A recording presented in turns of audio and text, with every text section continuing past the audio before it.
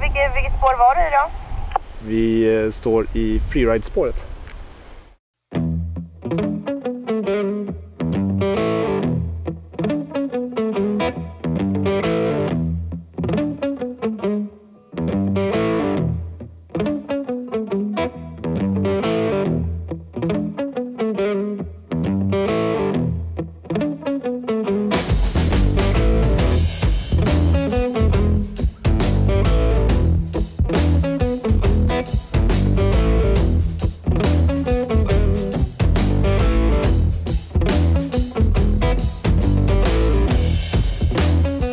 Uppe i freeride-spår då har vi haft det som vi kallat stordubben.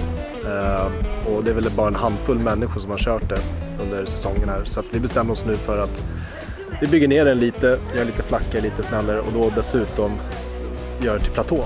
Så att fler då kan våga testa på den här och nyttja den här.